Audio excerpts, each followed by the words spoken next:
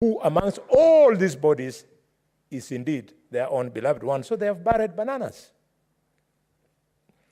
I therefore withdraw that remark and appeal to the security organs to ensure that disciplinary action is taken against these criminals who are in uniform. The committee recommends also at 448 that Parliament enacts the proposed Religious Organization Bill 2023 to provide legislative framework for the regulation of religious organizations and establishment of Office of the Registrar of Religious Organization, registration framework, qualification of religious leaders, offenses and penalties for non-compliance.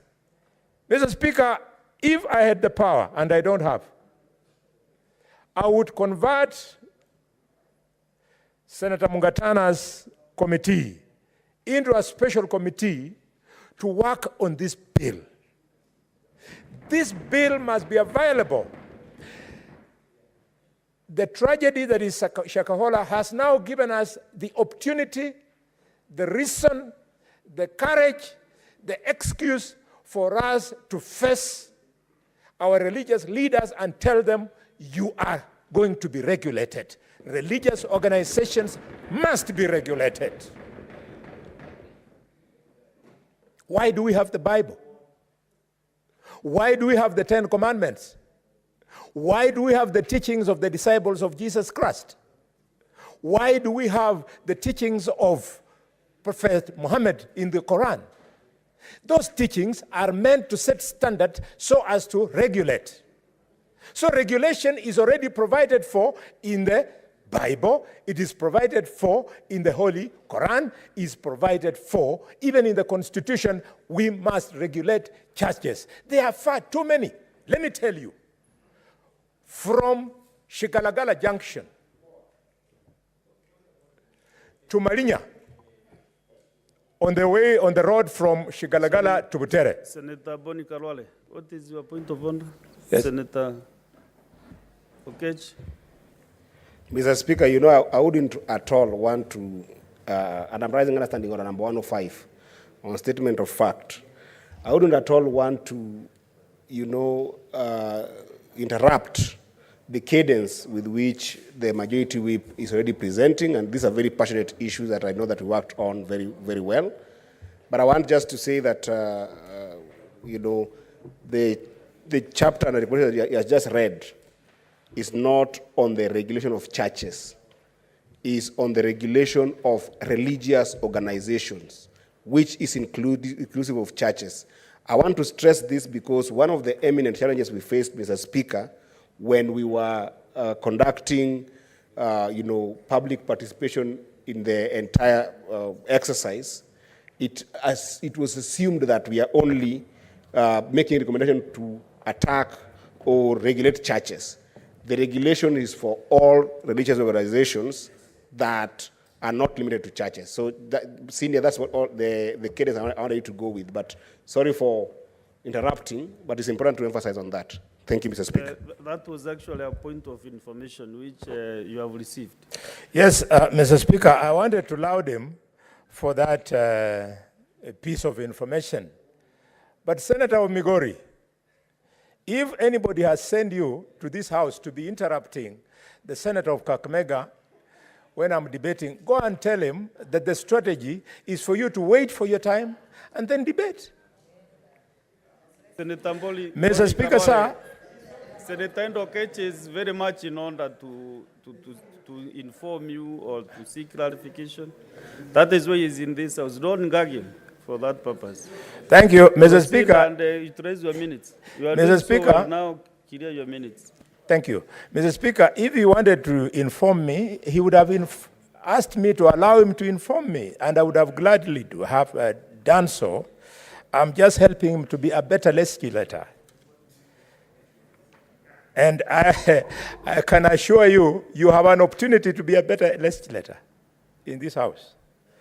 If you talk to Senator Mungatana. Senator Bone, you should not talk to your colleague directly.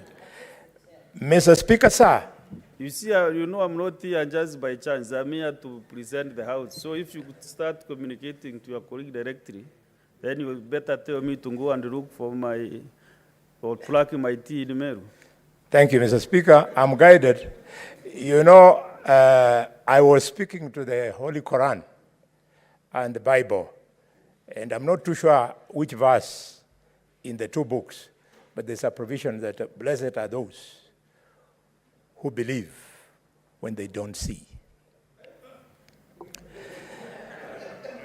Mr. Speaker, sir, in paragraph 509, the committee recommends that the Director of Criminal Investigations investigates the relationship between Paul Mackenzie and Ezekiel Odera with a view of establishing any criminal culpability of Ezekiel Odera in aiding or abetting the event in Shakahola tragedy within 30 days of the adoption of this report. Congratulations, my brother Mungatana. This particular recommendation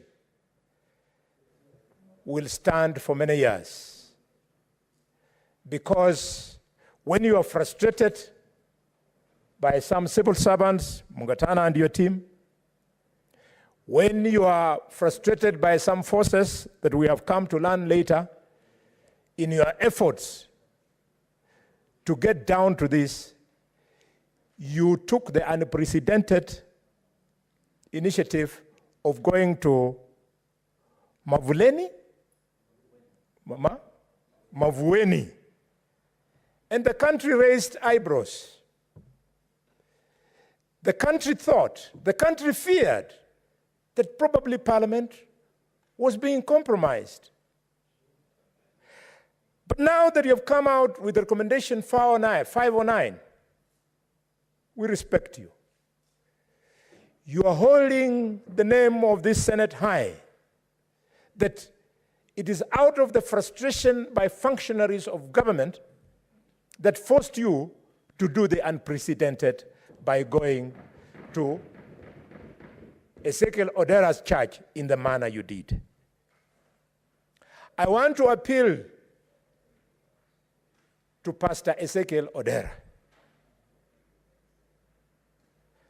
Parliament was in your place. The children of God have died because they believed in the teaching of Paul Mackenzie. Pastor Ezekiel, I appeal to you from the bottom of my heart. Because of the blood of those children, please come clean.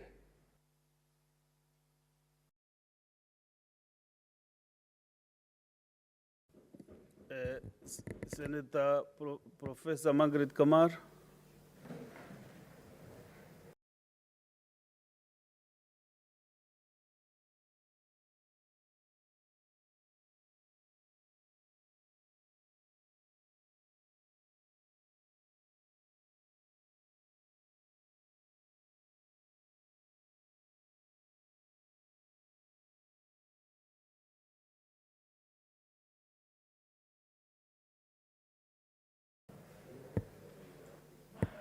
Senator Mwijaji Mohamed Faki. Asante Mheshimiwa Spika.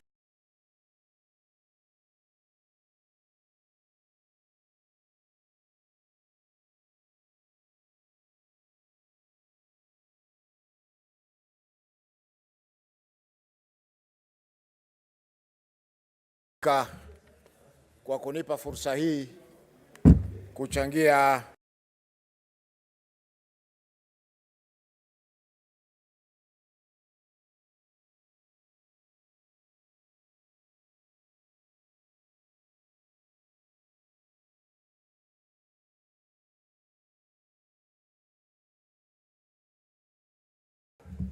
ripoti ya kamati ya uchunguzi ya Shakahola. Mheshimiwa Spika, nianze kwa kuipongeza kamati hii ambayo inaongozwa na Senator wa gatuzi la Tana River, Mheshimiwa Danson Buya Mungatana.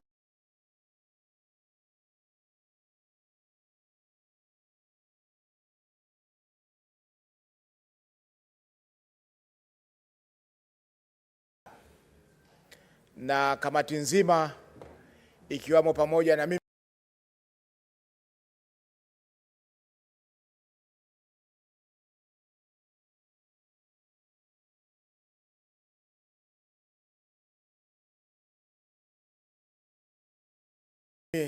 mwenyewe binafsi.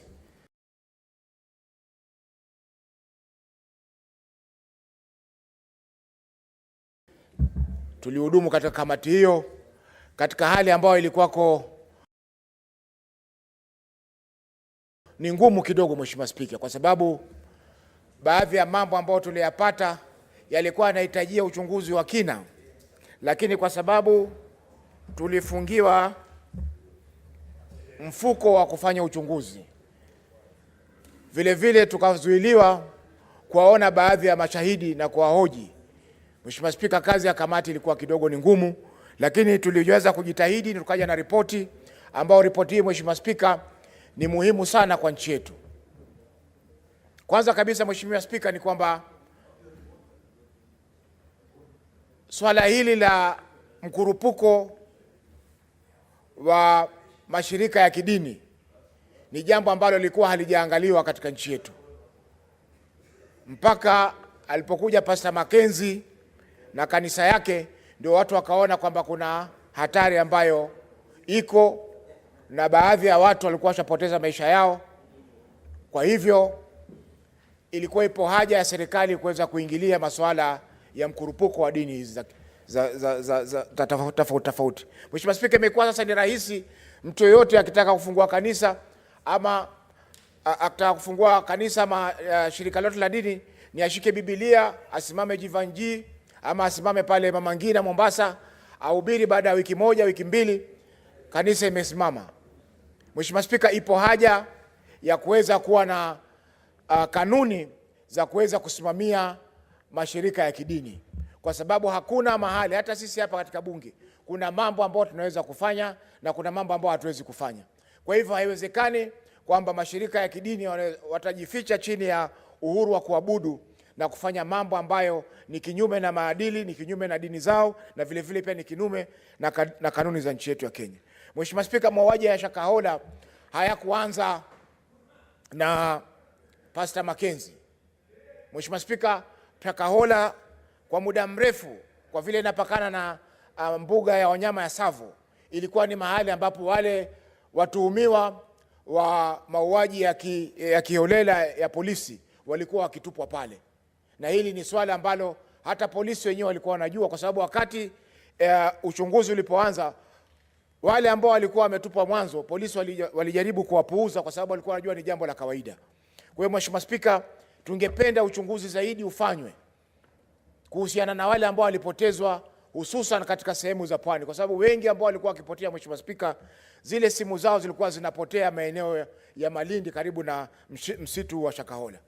Mheshimiwa Spika, kuna baadhi ya mambo ambayo bado yanaendelea katika masuala ya Shakahola. Kwa mfano, Mheshimiwa Spika, wako wale ambao walichukuliwa kama manusura katika ile sehemu ambayo Pastor Mackenzie alikuwa anahudumu. Wale ambao walichukuliwa kwamba sio wanaofanya mauaji ama sio wanaofanya vitendo vya kinyama vya kinyume na sheria, lakini wao ni waathiriwa ambao walikuwa wamepatikana pale. Mheshimiwa Spika, waathiriwa hawa mpaka sasa bado wako Shimo la Tewa na wamewekwa pale kama hifadhi. Mheshimiwa Spika, mnamo mwezi wa 8 kabla ya kupelekwa gereza la Shimo la Tewa, hawa Mheshimiwa Spika walikuwa wamepewa hifadhi katika shule moja ya kibinafsi pale Mtwapa, na tarehe 12 Agosti mwaka huu walikuwa wamepanga kujiua wote pamoja. Lakini Mheshimiwa Spika, baadhi yao walitoa hizi habari na maafisa wa usalama wakawachukua wote wakawapeleka katika gereza la Shimo la Tewa, ambapo mpaka sasa bado wanaendelewa kufanyiwa uchunguzi na vile vile kufanyiwa ushauri nasaha, yani counseling, ili kuhakikisha kwamba zile fikra walikuwa nazo za kuweza kutoa uhai au mwisho wa ulimwengu unakuja ziweze kuondoka katika fikra zao. Mheshimiwa Spika, tungependa pia kupongeza mahakama, Mheshimiwa Spika, hususan mahakama ya Shanzu. Mahakama ya Shanzu ambayo baadhi ya washukiwa wamewekwa pale na wanapelekwa pale, na vile vile wale ambao wamepewa hifadhi na Shimo la Tewa pia wanakwenda koti ile mara kwa mara ili kuweza kuitikia na kuweza kuangaliwa ni vipi ambavyo wataweza kusaidika waweze kuwarejea katika jamii. Mheshimiwa Spika, kwa hiyo Mheshimiwa Spika,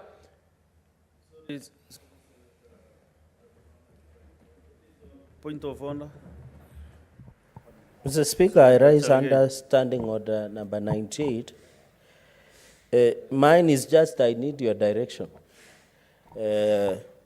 Because when you look at this report, would it be neat and in order for the committee members who authored the same report to be the ones contributing last? Because they had opportunity, it is like they are having the second bite to the cherry.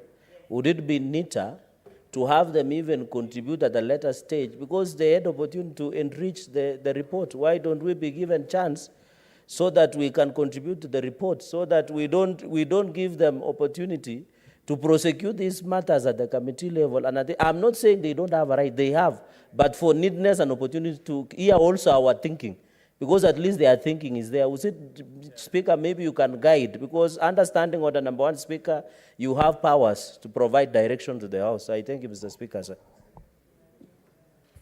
Senator Chalagay, you know, members of the committee also have a lot of information that you don't have.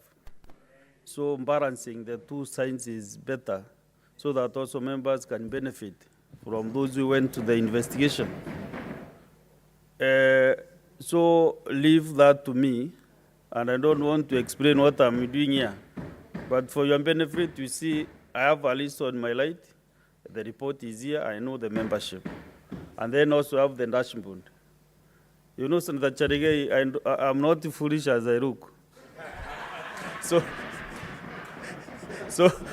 I know exactly what I'm doing. Can you clear your time, Senator Mohamed Faki? Asante Mheshimiwa Spika. Hiyo Mheshimiwa Spika, saa nyingine ukweli unauma, kwa hivyo watakuja kama hawa waweze kupinga na kujaribu kusitisha mtiririko wa mawazo wa wale wanaochangia. Mheshimiwa Spika, kwa Mheshimiwa Spika, tunasema kwamba mahakama imefanya kazi nzuri so far, japokuwa mahakama za awali Mheshimiwa Spika zilimpa Pastor Mackenzie uhuru mwingi ambao ulikuwa haustahiki kupewa kulingana na maswala ambayo alikuwa anachunguzwa wakati ule. Mheshimiwa Spika, tumeona pia kuna watu wengi ambao wamehusika katika masuala ya Shakahola, wale ambao kwa Kiingereza tunaita first responders, Kenya Red Cross, yale mashirika ya haki za kibinadamu, polisi, watu wa upasuaji, pathologist, Mheshimiwa Spika, ambao wameweza kufanya kazi nzuri kabisa kuweza kusaidia jamii na kusaidia waathiriwa kuweza kupata nafuu na vile vile kupata ushauri kutokana na majanga ambayo yameweza kuwakumba. Mheshimiwa Spika, kwa hiyo tunasema Mheshimiwa Spika, kama Red Cross wametoa mchango mkubwa Mheshimiwa Spika, kwa sababu wale waliokwenda kule, kwanza kulikuwa hakuna structure yoyote ama mfumo wote ambao ulikuwa umewekwa, lakini kwa uwezo wao Red Cross wakaweza kuchangia pakubwa. Mheshimiwa Spika, mpaka sasa ile miili ambayo imewekwa kule Malindi mochari, Mheshimiwa Spika, imewekwa katika hifadhi ya Red Cross. Mheshimiwa Spika, wametoa container ambayo iko refrigerated ama imewekwa barafu, na wale miili yote imeweza kuweka pale. Mheshimiwa Spika, jambo la kusikitisha ni kwamba licha ya kwamba tulikuwa na janga la COVID miaka 2.5 iliyopita, serikali ya kaunti ya Kilifi, Mheshimiwa Spika, walikuwa hawakuweza kujitayarisha kuwa na mochari ama kuwa na hifadhi ya kutosha kuweza kuweka mili mingi kama ambavyo walitarajiwa kufanya wakati walipopewa pesa za COVID mwaka 2021. Mheshimiwa Spika, kwa hiyo Mheshimiwa Spika, ni kwamba kaunti zetu pia lazima ziwe zina uwezo fulani wa kuweza kujitayarisha. Mheshimiwa Spika, haiwezekani kwamba janga kama hili limetokea katika kaunti ya Kilifi na hatuena uwezo wa kuweza kuhifadhi miili ya wale ambao wameathiriwa. Mheshimiwa Spika, Mheshimiwa Spika, nakubaliana na mapendekezo yote ambayo yamependekezwa hapa Mheshimiwa Spika, kwamba lazima uchunguzi ufanywe. Tumeona kwamba waziri wa usalama wa ndani Mheshimiwa Spika, Profesa Kindiki alizuia baadhi ya mashahidi kuweza kuja kutoa ushahidi hapa Mheshimiwa Spika.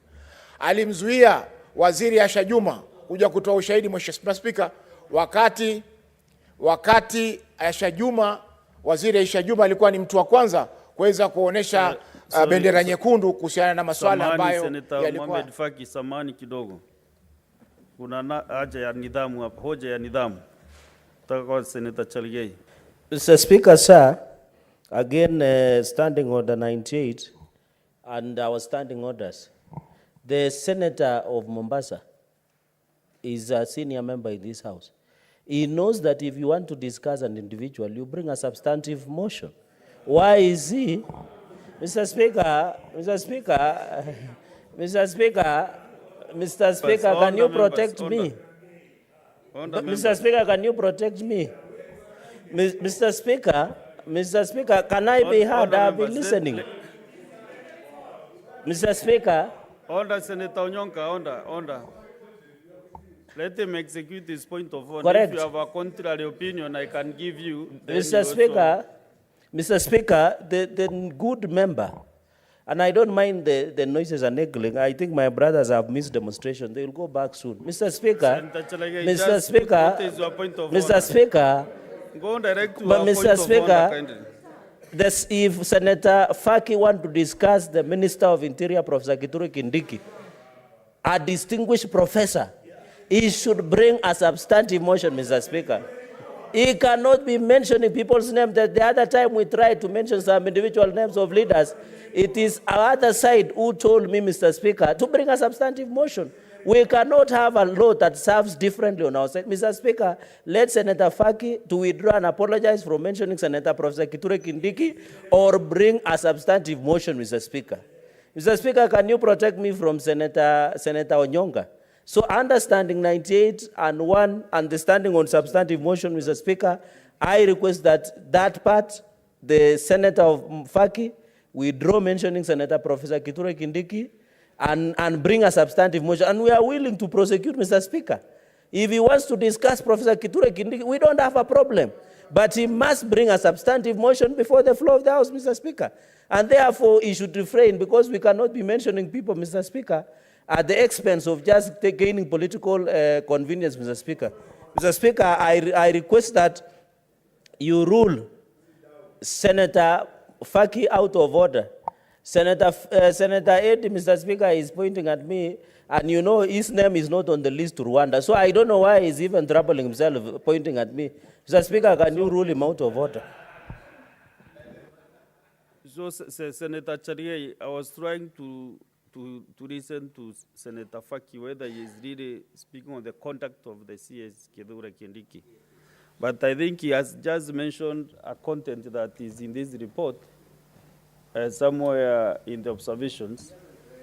So I don't feel like he has really entered into that area discussing his conduct. Yeah, so we just don't enter into that space, Senator Faki. But if it is something in the report, I don't think you are not out of order. Nimjibu Senator Chelugei kwa sababu yeyote anayosema Proceed and clarify what you meant. yako katika ripoti hii, Mheshimiwa Spika. Shida ni kwamba Mheshimiwa Spika, hawa watu wanaingia. Clarify what he meant before I give any other member. Senator Mohamed Faki. Mheshimiwa Spika, shida Mheshimiwa Spika, Senator Chelugei ni kama wale tunaitana wanagenzi. Mshasikia hajasoma ripoti, yeye akisikia waziri ametajwa anaruka.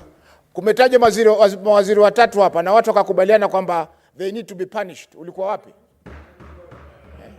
Mawaziri watatu wametajwa leo hapa katika bunge hili. Na kiongozi wa wengi yuko pale na atakwambia kwamba na speaker akasema kwamba waadhibiwe.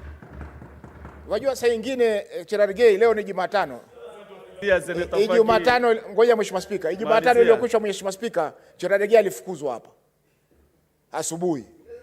Kwa hivyo kama ataka kufukuzwa tena, naendelee kuninterrupt Mheshimiwa Spika.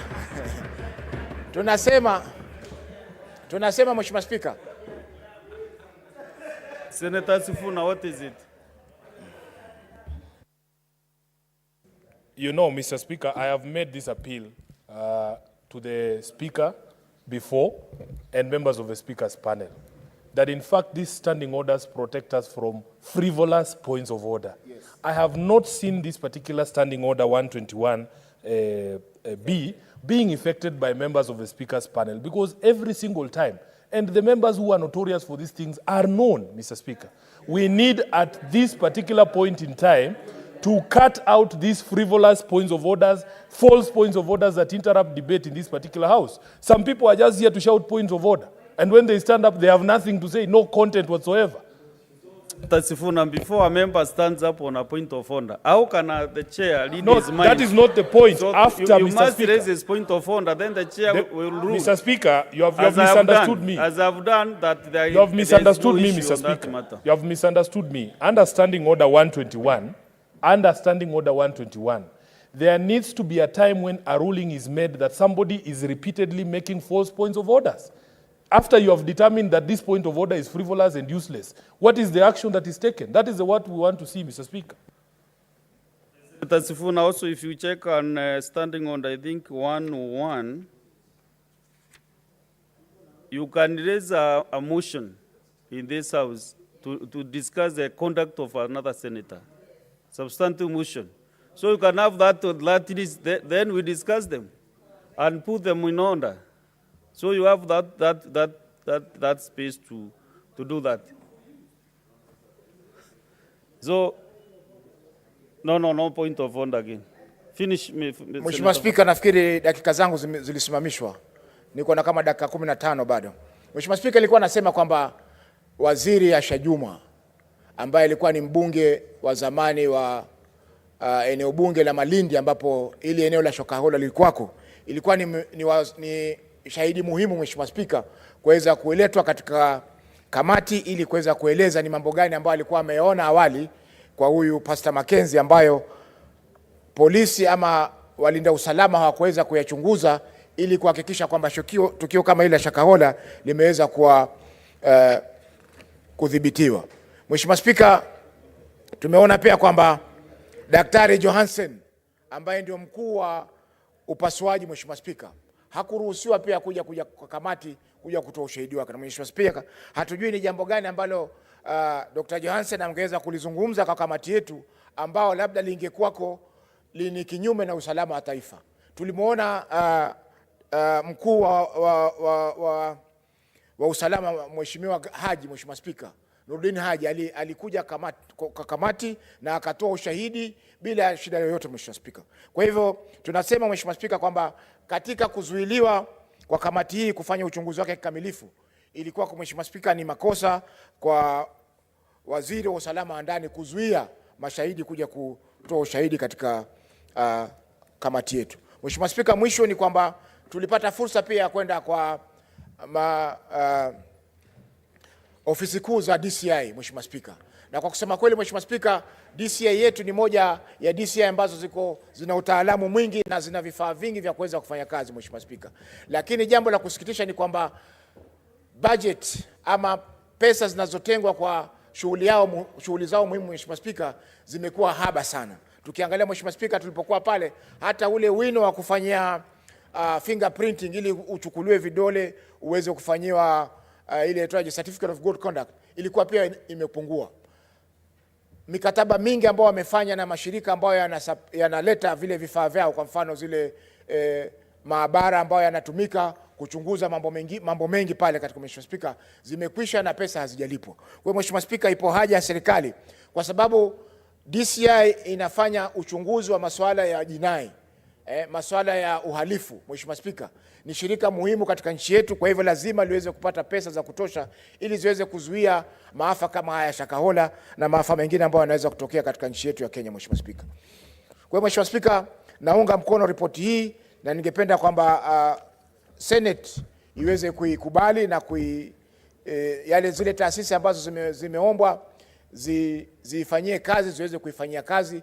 Tuone kwamba dini ambazo ama mashirika ya kidini ambayo yana tashwishi na yanafanya mambo kinyume na sheria na kinyume na maadili na vile vile pia kinyume na vitabu vya Mwenyezi Mungu zimeweza kusimamishwa ili wananchi waweze kuishi kwa usalama. Asante sana, Mheshimiwa Spika, kwa kunipa fursa hii. Thank you. Next is Majority Leader and Kericho Senator.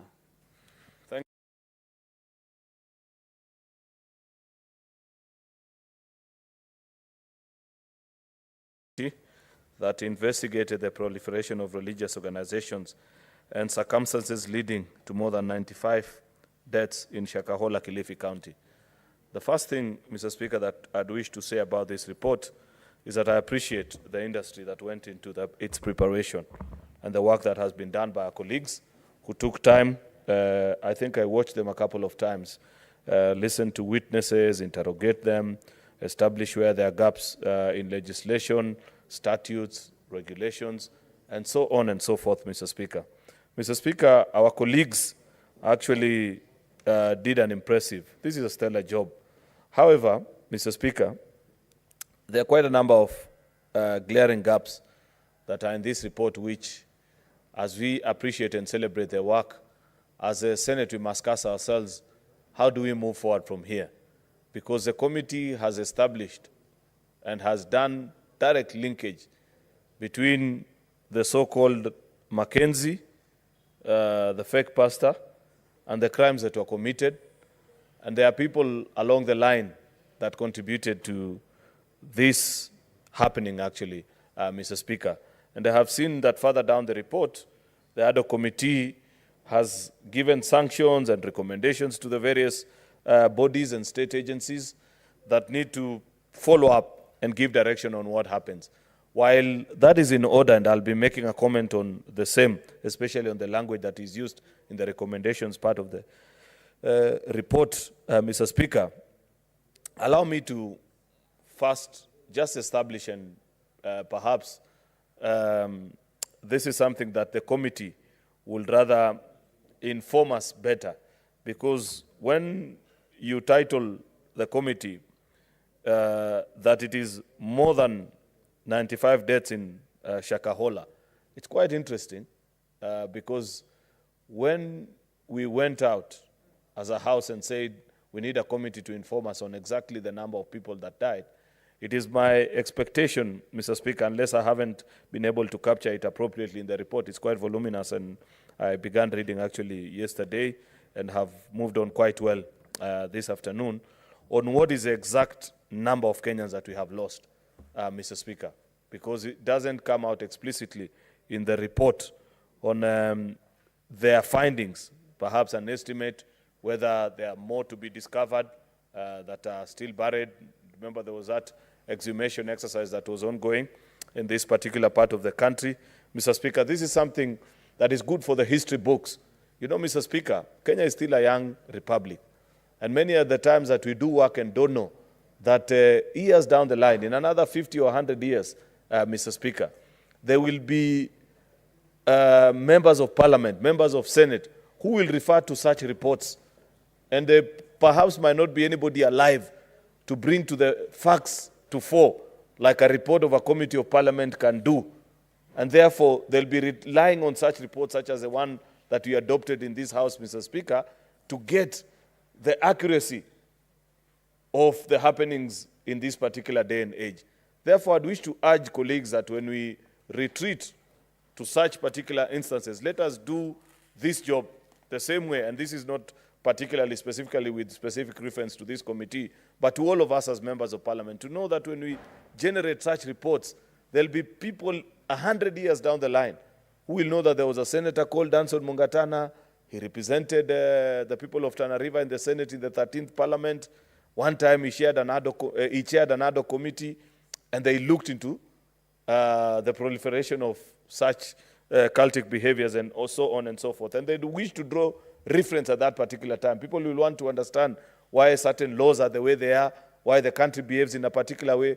These are the documents that we'll be referring upon, Mr. Speaker. And it is my hope, by the time I left, Mr. Speaker, PSC at the end of last term, we were actually in the process of acquiring a digital record, and it's good that I say this when Commissioner Mogeni is here. And I hope that you conclude on that particular process. You know, many members of parliament don't know actually where the parliamentary library is. It is somewhere hidden in a building called County Hall and in the basement. There are many members who have never showed up that particular place. And it will be important that we establish mechanism through which we file such reports so that it's not just on pen and paper and in computers. It will be important for people to search on 20, 30, 40, 50, 100 or even more years later and establish what this House and this committee said.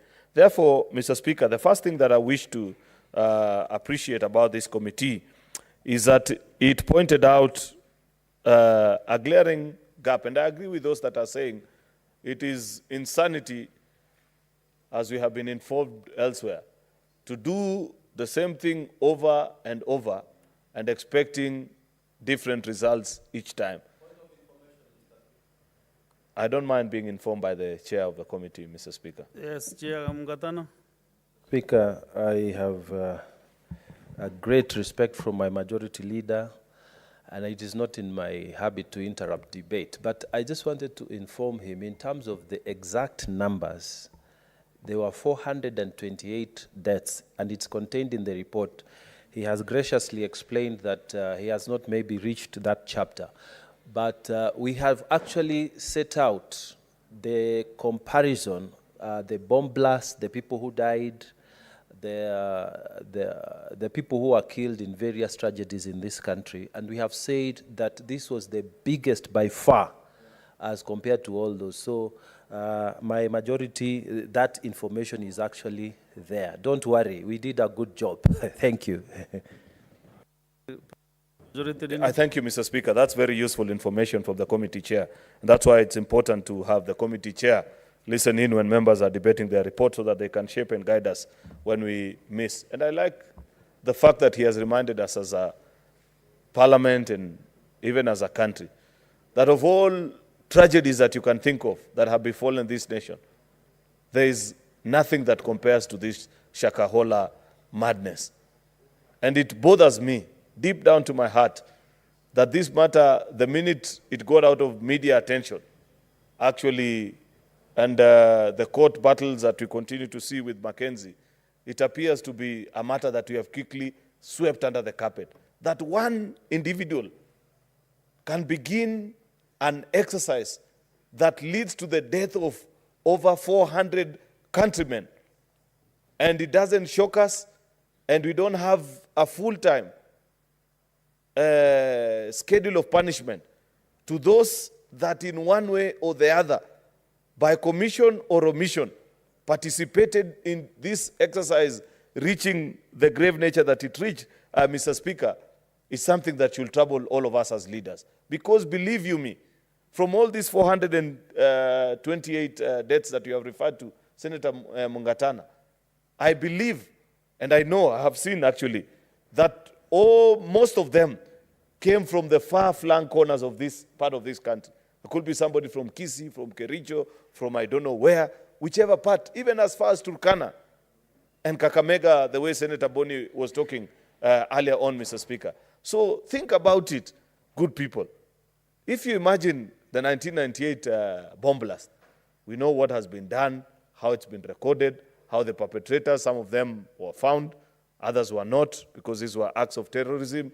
You can think about any other tragedy. You know, the ferry that sank, I think, in the early 90s, Mr. Speaker, and so many other things, tragedies that have befallen this nation. But like the chair is pointing us to this morning, Mr. Speaker, is the fact that there is no other tragedy that has befallen this nation, such as this particular incident, Mr. Speaker. And therefore, I'd wish to point out that if you read the recommendations, and this is where, Senator Mungatana, I beg now that you listen to me the way I equally listen to you. If you read our Constitution, and allow me to paraphrase, Article 94, subsection 5, gives us enormous power as Parliament. And to quote verbatim, it says, no person or body other than Parliament, Parliament is us and the Assembly, has the power to make provision, having the force of law, in Kenya, except under the authority conferred by this constitution or by legislation, because we create other statutory bodies that then make regulations and so on and so forth. But there's something that is being reminded to us as a house, that each time we sit to consider matters and we make decisions by way of resolution or whatever way, that we are the only institution that can make, provisions that have the force of law. And therefore, even a committee report, when we make recommendations, we should make it fully aware, knowing that whatever decision we reach as a house, for example, once we conclude debate on this particular report, Mr. Speaker, it is expected that that is the resolution of the people of Kenya through their representatives. And therefore, when we make recommendations, they should have the full force of law. And I say that, Mr. Speaker, because I have taken time to read, and perhaps this is more on the Secretariat, but also new members, because as members of committee, you are not illiterate people. You are literate and fully aware of what each English word means.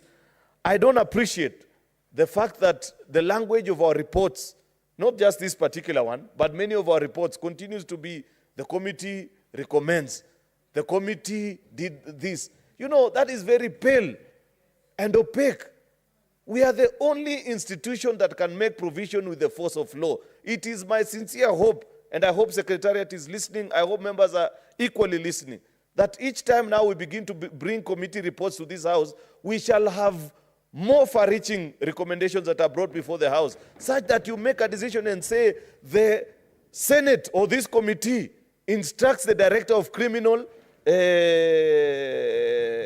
investigations to do the following. This business of recommending, when you recommend to somebody, they can choose to ignore your recommendation. And therefore, I don't appreciate this language that our committees continue to use in our reports about, if you read, and they are very well elaborate recommendations. If you read the name of the officers, for example, who looked the other way, because there's clear acts of omission on the part of the county security team in Kilifi. And all those officers are listed. But then what is the recommendation of a committee? We recommend to the, let me get even that particular part, and I just read it because I had marked it out and said, this is something, that the committee recommends. Yeah, here I got it. The National Police Service Commission should severely sanction security officers whose acts of commission or omission aided or abetted the Shakahola tragedy within 30 days of adoption of this report by the Senate. This shall include, and they are listed, should severely sanction, and the following are listed: Joseph Kemboi, Charles Kamau Wahungu, Solomon Odera, Agbaso Guracha, and so on and so forth. About 11 officers that participated. But I don't appreciate the fact that we appear to be giving suggestions. It should be, Senator Mungatana, you guys carried out an investigation. You have established for us in the report. Anybody reading this report appreciates that actually what you guys are saying is true, that there was an act of omission on the part of these particular officers. I don't see a reason why, as a House of Parliament, we cannot make the necessary final recommendation, despite the fact that as Parliament we may not have the powers to prosecute. This should be a matter that you should conclude on it, send the file directly to Director of Public Prosecution. If there are any further details that need to be tied down, that is their business. But it is my belief that as Parliament we need to. Because when you say National Police Service to sanction, yet earlier in the report, Senator Mungatana, you have showed us that many of these officers, the only punishment is being given to them is a transfer. That is what I want us to reflect on deeply and think about it as Parliament each time we make these recommendations. Because there is no institution, good people, good senators, listening to me this morning, there is no institution in this country, not even cabinet, has the power that us as legislators we have. Each time we deal with matters as serious as this, let us interact and think about it. The same can be said about what has been recommended to the DCI, that you investigate. It should start and read. It is the finding of this committee that this, and this, the necessary, then we direct the necessary institutions to do whatever is needed. I think I have made myself clear on that particular point, Mr. Speaker, and I have said, the reason I say this is because this is a work of a secretariat, because I've been in Parliament long enough to know how committee reports are done. It's generated by the secretariat, they do the typing. But even us as members, we cannot absolve ourselves of the blame, because we come and sit down and read through. Many times when I sat down in committees and served as a committee member, Mr. Speaker, I'd correct and say, please remove this, change from this language to the other. There is a presence of mind that is needed on us as members as well, that we need to appreciate when we are looking into these operations. I like the fact also, Mr. Speaker, just as a way of conclusion, that this committee is recommending a relook into this loan. Actually, it's a 1968 law that governs the registration of societies, and they are guiding us on what we need to do. Because, let's face it, members, so long as we continue to register churches and religious organizations under societies, there is very little that you can do to Mackenzies and the rest of this world, the rest of people that behave in that particular way. We must set up the office of a registrar of religious organizations, somebody properly trained in the field of religion. And there are people, we are not short of men and women in this country who have the competence, and we have the legal backing. We cannot say and fold our hands and sit down pretty on our laurels and say, oh, you know, religious is a sensitive topic. You cannot direct people on what to do. See what that lie says. Free looking at things has led us to as a country, where we are being told close to 500 Kenyans have died. It will be a dereliction of duty if after the passage of this committee and at the end of our term as a House, we will not have had a relook of this law. In fact, Senator Mungatana, as part of the exit nature of the work of this report, I want to believe that when you finally sit down as a committee to conclude on this work, please draft the amendment to this Societies Act and bring it for us to consider. Set up this particular office. Nothing stops you from doing that, actually, so that we can give direction to the people of Kenya, and they know that there are experts who can guide people, who can listen and say, if you want to set up, you know, a Muslim religious institution, these are the standards that we shall accept of you, so that we even stop this issue, because you've captured it in your report about cells that are being set up, and many people imagine or believe that these are the places where young people are being trained about terrorism activities. I can see Senator Mungatana is on a point of Yes, no problem. Yes, again, Mr. Speaker, I wanted to inform my very good majority leader that in fact, Mr. Speaker, we have gone ahead not just to bring an amendment, but to propose a whole new legislation, which we have attached to this report, Mr. Speaker. And that legislation seeks to balance between the constitutional freedom of worship and public sector concerns, safety concerns. So, Mr. Speaker, I want my majority leader to rest assured that we are on course, we are thinking on the same direction. I thank you, Mr. Speaker. Thank you, Senator Mungatana. Please bring that bill, we prioritize it, because this is a very, very grave matter. It's not something. Lastly, Mr. Speaker, I remember, it's just, and perhaps this is something that we may need to think about later. There are so many, what is this gentleman called, Mackenzies, that continue to ply their trade across this country. In fact, I remember bumping into your committee at Kisumu Airport, Senator Mungatana, one evening. And I think it was, I don't know if it was Senator Hamida or who, Shakila, who informed me that you guys had come from a gentleman who calls himself somewhere in Vihiga, John Pesa, in Kisumu, you know, and you narrated the very grave sins that you guys had worked. In fact, I could tell that the senators that had gone on that particular trip were actually disturbed deep down to their hearts, because you could see the things that they have seen. Men and women who've been tied down. Some of them haven't fed for days. Some of them have lost their sense of consciences. So it tells you that there are so many such Mackenzies that are out there in our various counties, Mr. Speaker.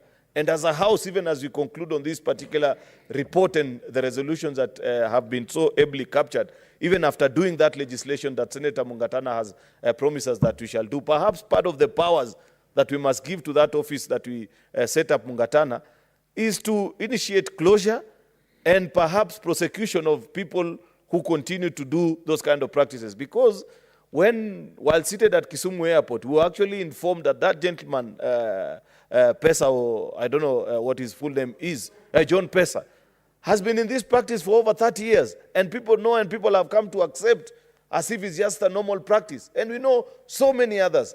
We watch videos nowadays, Mr. Speaker. In fact, Senator Mungatana, part of the other problem are these frequency licenses that we give to these people who continue to ply their illegal trade now over and above even their domiciled churches. Because without the frequency that this Mackenzie had, perhaps he will not have reached the number of people that he reached out. But because he could reach to them on their televisions and their radios, that's why many people were confused. You know, the ordinary Kenyan in the village, they believe that by the time you see somebody coming to the television and is able to explain things that, this is somebody who is properly checked, and they imagine that we are such a civilized nation, that there are systems that check such practices. That is something that we must equally address. Abuse of frequency. Public frequency, Mr. Speaker, are national assets that we shouldn't be dishing out to criminals. Because if you're giving it to Mackenzie to use to abuse our people and mislead them and kill them, believe you me, even terrorist organizations and communications authority must be put on notice on checking what is it that the people that have been given frequencies to run radio and TV stations are using them to do. Because if Mackenzie could use this frequency to mislead people and kill them, believe you me, even terrorists can get frequencies and use the same and run training, you know, misinforming our young people and training them in a bad way and do greater harm to this country. Therefore, it is my submission before this House, Mr. Speaker, this morning as I come to conclude on this particular matter, that even the issue of frequencies and how they are used is something that we must have a look at, Mr. Speaker, so that if you're found to be using whatever frequency and bandwidths that have been allocated to you to mislead people or swindle people out of their hard-earned currency, we punish them. All is said and done, Mr. Speaker, I appreciate the work of this particular committee. I celebrate. You know, I was a bit concerned earlier in the session, Mr. Speaker, when the points of orders were raised, and Senator Boni Halwale, who today actually has again appreciated the work of this committee. And the only part I didn't agree with him is that he said some people are saying, he should have actually said, I was the one who raised that particular point of order and said, oh, these people had gone this way, and I thought about their conduct. But I believe in the conduct of the men and women who serve, our colleagues who serve on this particular committee and have given us such a wonderful report. I hope when we conclude on it, we shall follow up. I like that the annexure you attached, Senator Mungatana, has a days. You know, in 30 days, this needs to be done. 30 days, this needs to be done. You know, we've had this debate. I know I've said I'm concluding many times, but there are many things that keep coming to my mind. We have had this debate about implementation committee. And the argument of those of us that agreed with the dissolution of Senate's implementation committee is that we said it is a work of every committee to implement its own work. Therefore, you don't need one committee whose job is just to wait for others to do their work and follow through. Now, the question we must ask ourselves, Mr. Speaker, as I go to sit, is what about ad hoc committees? Who follows through with the implementation of ad hoc committees, Mr. Speaker? Because for the other committees, it's okay, and that argument holds, much as there are people who still strongly feel that we need to have a Senate implementation committee. But what about ad hoc committees? That is something that we need to resolve. With those many remarks, I support this report. Thank you, Mr. Speaker. Thank you, Majority Leader. Ad hoc committees actually, they belong to liaison committee. They are born in the liaison committee. Liaison committee finances the ad hoc committees. So to make sure that the money given by liaison is properly utilized, they should report back to that committee, so that now we can know exactly the money we give them is doing the work. But like this one, I'm happy because members are appreciating your work. So at least to give you a clean bill of health. But you report back to us to the liaison at some point with a report. Who do you want to inform, Senator?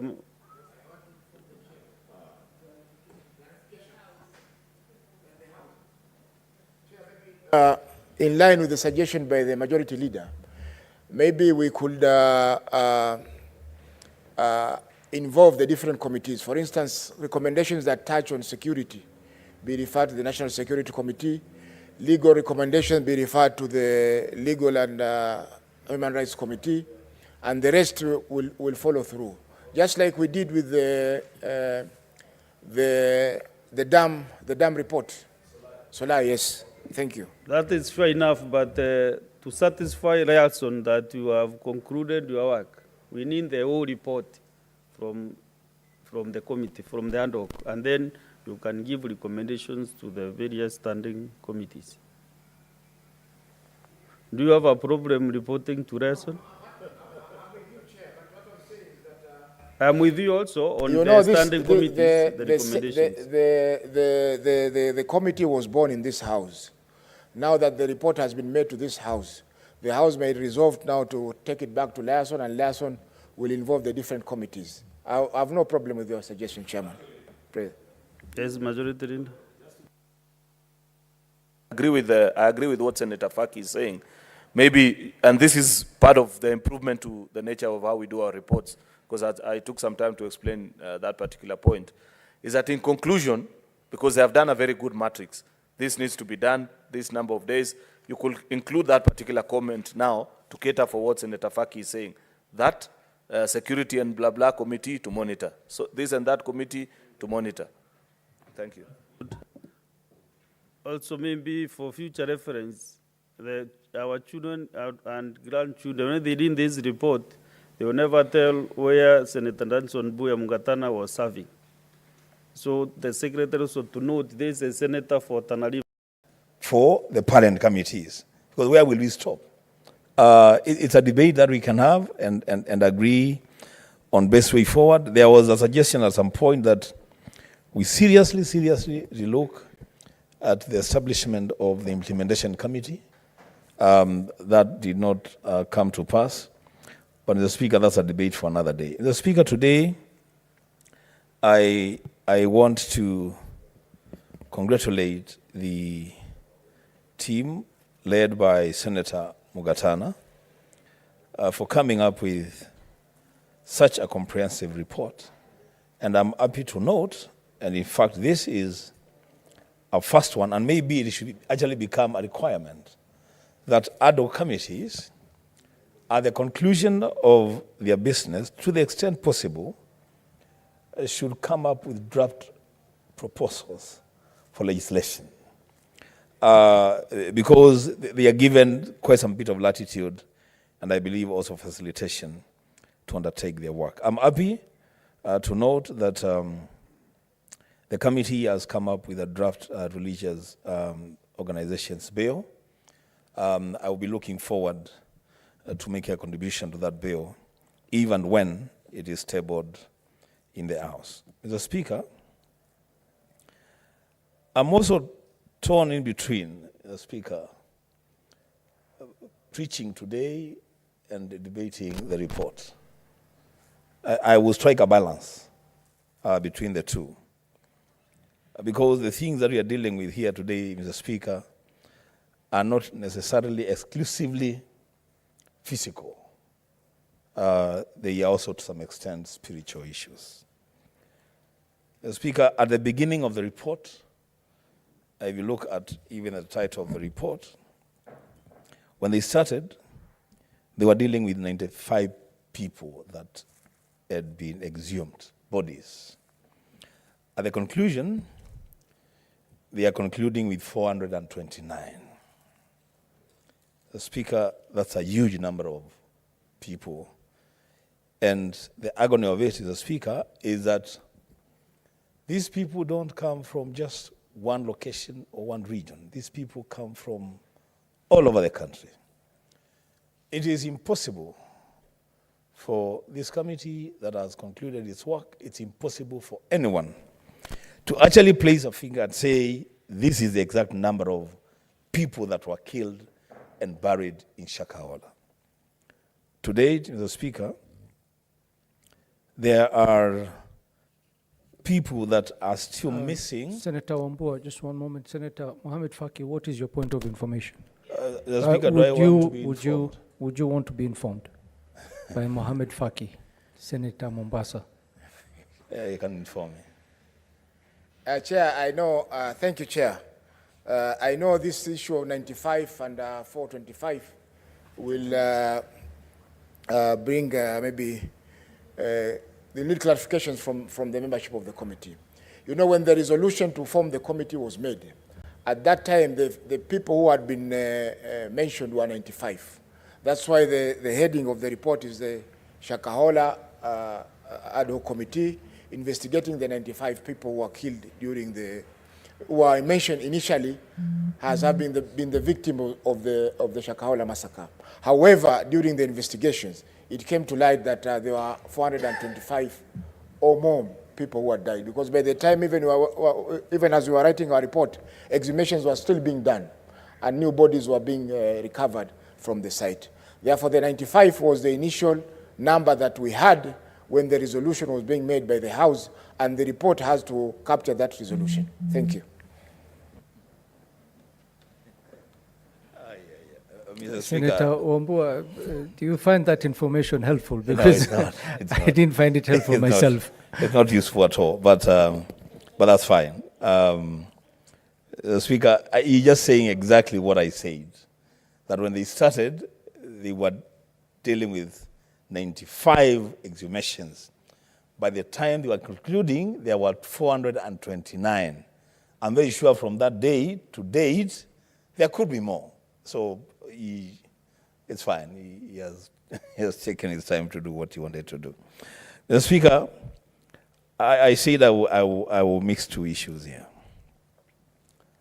The Speaker, the Apostle Paul, when he was writing a letter to his son, his spiritual son, Timothy,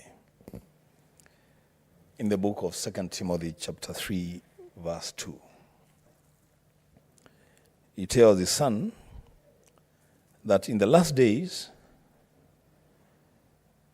men will be lovers of themselves, lovers of money. They will be boastful, they will be proud, abusive, disobedient to their parents, ungrateful and unholy. He continues to warn him in 2 Timothy chapter 4, verse 3, that a time will come when people will not put up with sound doctrine. Instead, to suit their own desires, they will gather around them a great number of teachers to say what their itching ears would want to hear. The Speaker, it will be remembered that in the process of exhuming bodies from Shakahola and rescuing some innocent people that were lined up for massacre, there were some who were crying out that they should be let to die, that they were ready to meet Jesus. And that, Mr. Speaker, they had been totally and completely brainwashed to believe that this world is not their own, that they belong elsewhere. The Speaker, the thing that I find very difficult to deal with as a practicing Christian is how now to put the Mackenzies of this world, and forgive me, my bishop, Bishop Abraham Molo of the African Inland Church, in the same sentence, and think that I can compare them as though I'm comparing apples to apples. Mr. Speaker, something needs to be done, something must be done. The recommendations of this committee, I have looked at them very, very carefully from 135. And I have made 3 or 4 observations. I'll be very brief on this one.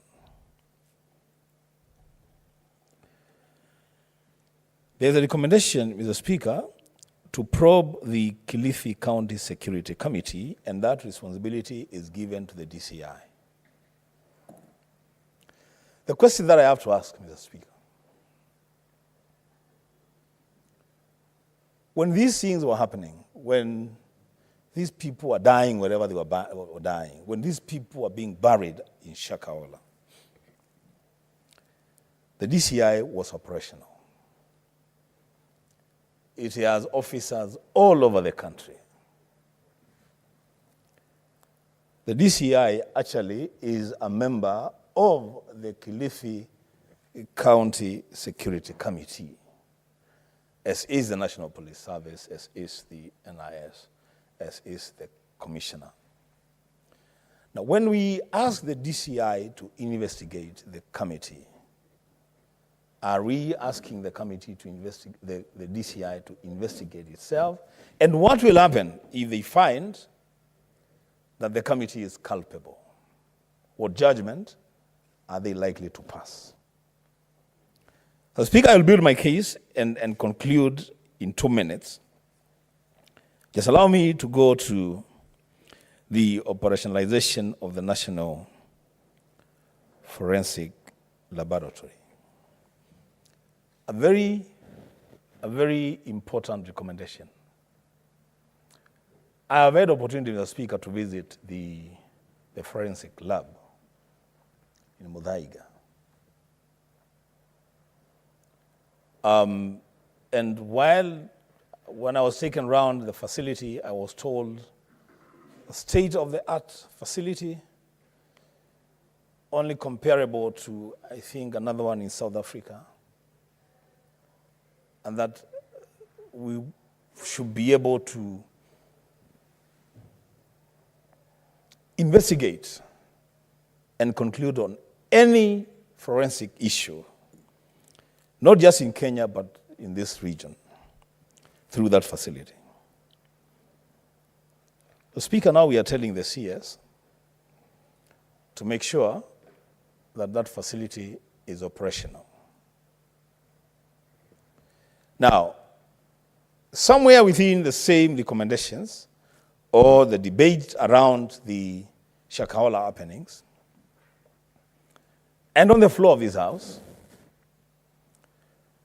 the character of the CS has been brought to question, and especially in his role in stopping witnesses from appearing before this committee. If that be the case, Mr. Speaker, how then is it expected that the CS will fast-track the operationalization of a facility to bring closure to a matter that he has personally brought in handles for it to be concluded? Again, there is a recommendation of the Speaker to strengthen the Witness Protection Agency. And I believe, because it's open-ended, I believe that the officers responsible for that then would be the CS himself, would be the DCI, maybe the NIS. The witness protection, Mr. Speaker, is a very important component of any investigation in any country. I have said on the floor of this House, and I want to repeat, the Speaker, I am a journalist of long and good standing. If there's one thing you can never take away from a journalist, is our vow to our profession never to expose the sources of our information. A good journalist will go to the grave with the source of the information. if they have to. The Speaker, on a matter that has claimed the lives of more than 29 people, the need to protect witnesses and to protect people that provide information is so basic and yet so crucial that, in fact, before you begin any investigations, perhaps that's where you should stop. You should start to ensure that the people that will appear before you and the people that will help you unravel the mysteries, they're given proper and real protection from abusers of law. The Speaker, the case I was building was on the recommendations made by the committee. I began by congratulating them for coming up with a proposed legislation on the registration of religious organizations. That's a very good one. But Mr. Speaker, you've ad hoc committees, and I'm not blaming Senator Mugatana and his team entirely for this. But if ad hoc committees would take the time that they take, consume the resources that they consume, and then all they can do is just make recommendations for further investigations, then, Mr. Speaker, in my own considered opinion, that would not be the direction that ad hoc committees should take. So, Speaker, I'm of the opinion that, first of all, it must be very difficult to form an ad hoc committee. It should not just be anything that people want to do, they form an ad hoc committee. The consideration for the formation of an ad hoc committee must be serious consideration. Once they are formed, Mr. Speaker, I think ad hoc committees should direct. Ad hoc committees should direct. They should not recommend. Why do I say this, Mr. Speaker? I say this because if then we make recommendations from an ad hoc committee, and I had here contributions from members, including the majority leader, that ad hoc committees should actually even make recommendations to standing committees and select committees of the Senate. Also make recommendations to investigative agencies. So, Mr. Speaker, so what's the use then of having an ad hoc committee? I thought, Mr. Speaker, then the best thing to do for ad hoc committees to justify the time and the resources, and I do support that ad hoc committees should be sufficiently facilitated to undertake their work, including, if need be, foreign travel, to do comparative studies. If, Mr. Speaker, that is achieved, and I know it should be achieved, then ad hoc committees should make unequivocal directions to agencies of government. For example, Mr. Speaker, what stopped this committee from directing that the Cabinet Secretary for Interior appears before the Committee of the Whole of the Senate to specifically respond to questions around him stopping witnesses from appearing before the committee? A clear directive, not a recommendation. What would have been difficult, Mr. Speaker, for this committee to direct that the head of security in Kilifi County be sacked and prosecuted for negligence of duty, which led to the death of more than 429 people. Mr. Speaker, when we start recommending that these people be investigated, and we have been told from the opening remarks of the report that they have been transferred to other jurisdictions, perhaps we will continue with the same work. Mr. Speaker, we are beating the purpose for establishing ad hoc committees. Mr. Speaker, with those few remarks, I support the committee for a job well done, but ask them to consider, maybe in the course of the debate of this committee, if they can also, it's allowed, Mr. Speaker, for them to amend their own reports and make even just 2 or 3 directives. So, Mr. Speaker, then we give ourselves some teeth to bite as a Senate. Mr. Speaker, I support. Thank you, Senator. Senator Gloria Uruoba. Thank you, Mr. Speaker. Before I go ahead to give my comments on the report that has been submitted by this ad hoc committee, I want to just take note, because I'm always reminded, Mr. Speaker, by senior members. I'm a first-time parliamentarian, and I'm always reminded that this is a house of order, this is a house of procedures, that we are guided by standing orders, and we continue to conduct our business within the framework of our standing orders and the procedures, Mr. Speaker. Having said that, I think it is important for me to point out that it is not proper that we just sweep under the carpet the issue of the irregularity that the committee went ahead and literally engaged in, Mr. Speaker. The ad hoc committee that was set up is rooted from the liaison committee. The liaison committee, as I'm reminded, is actually under select committees. Under the select committees, Mr. Speaker, we are guided by procedures and rules on how to conduct our meetings, how the meetings are chaired, how the meetings, can be conducted, all those procedures. As a matter of fact, I had to go back and do a refresher course on my standing orders, from Standing Order 197 to Standing Order 228, Mr. Speaker.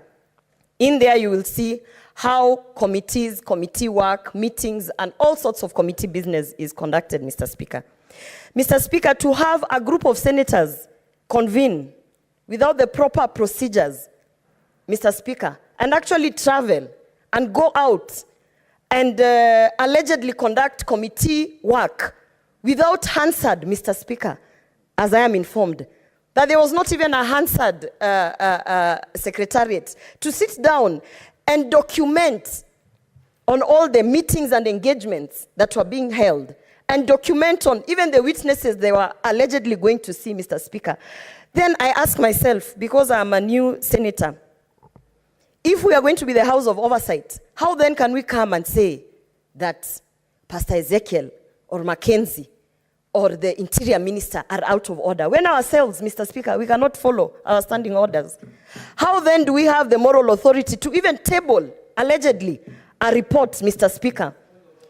And Mr. Speaker, as I weigh in on this... Senator Gloria, one moment. What is your point of order, Senator Mungatana?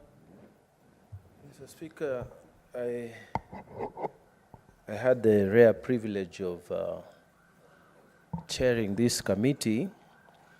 Mr. Speaker, the issue that Senator Gloria is raising has been canvassed before this House. We have, in fact, discussed it, and the Speaker has given a ruling on it. Is it in order for the Senator to resurrect the same matter which has been given directions on by the Speaker in this House?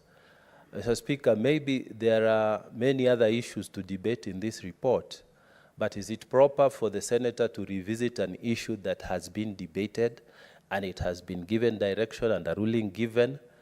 To resurrect it, Mr. Speaker, it is a show of bad faith on the part of the Senator, Mr. Speaker. Maybe you can give us guidance, Mr. Speaker. What is your point of order, Senator Mohamed Faki? I have listened to Senator Uruoba alleging that the select committee is under the guidance of the liaison committee. Under which standing order does it provide that the select committee is under the guidance of the liaison committee. Number two, Honorable Speaker, I've looked at the standing orders that she had alluded to, but none of them supports the assertions that she's making before this House, Mr. Speaker. We know she may be a novice senator, but the mistakes that she's making are not proper, Mr. Speaker, sir.